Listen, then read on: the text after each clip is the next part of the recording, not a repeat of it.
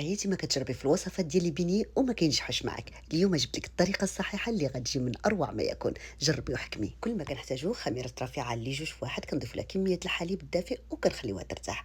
كنضيفو الزيت، الزبده، كميه السكر مع الملح مع الفانيلا، وكنضيفو بيضه مع صفار بيضتين. كنخلطوا الكل مزيان حتى كتجنسنا المكونات، وكنضيفو كميه المتبقات لنا من الحليب. كنعاودوا نخلطوا الكل وكنضيفوا الكميه ديال الدقيق وكنخليوها تعجن. وبالنسبه للمقادير غنخليها لكم اسفل الفيديو. من بعد ما كيتعجن معنا العجين، كيكون عندنا بهذه الطريقه هذه كنديروا القليل من الزيت وكنخليوه يختمر. من بعد ما كيختمر كنهبطوا منه الهواء وكنبسطوا بهذه الطريقه هذه. هنا في طريقه تبسيط ما توركوش، يعني هنا كتبسطوا العجين بطريقه بكل اريحيه، ما كتوركوش عليه وكتخليوه باش يبقى معنا داك الانتفاخ ديالو. مباشره كناخذوا ساقل او زلافه ولا اللي توفر عندكم وكنقطعوهم على شكل دوائر. انا وضعتهم في البابي كويسون مقطع على مربعات وتنخليه يختمر.